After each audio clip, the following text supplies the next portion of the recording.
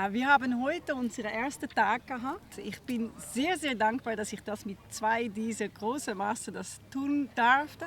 Und es ist ja für mich so ein wahnsinniger schöner Tag gewesen mit sehr viel guter Input, was man im Golf dann umsetzen kann, was diese Leute gebracht haben und wie ich dann wieder das mit meinem Coaching verbinden kann.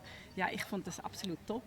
Ja, hat auch mir sehr viel Spaß gemacht, das Thema Golf, Yoga und Empowered by Martial Arts mal das erste Mal zu erleben. Und die Feedbacks von den Teilnehmern sind durchwegs alle positiv und wir freuen uns natürlich, wenn es weitergeht. Gell, Thomas?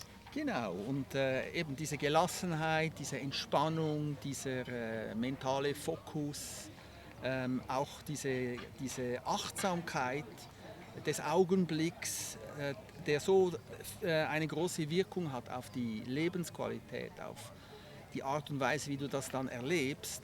Und ist einfach genial in dieser Kombination, wie wir sie anbieten. Wir werden im Herbst etwas organisieren, so vielleicht 5 Tage in der Toskana oder auch eine Woche irgendwo an einem wunderschönen Ort, wo wir dann Zeit haben, in diese 3 Dimensionen einzutauchen, wo du nicht nur dich selber besser kennenlernst, sondern eben auch dein Golfspiel verbessern kannst. Genau, wir freuen uns, wenn du dich bei uns meldest und bis dahin eine schöne Leichtigkeitszeit.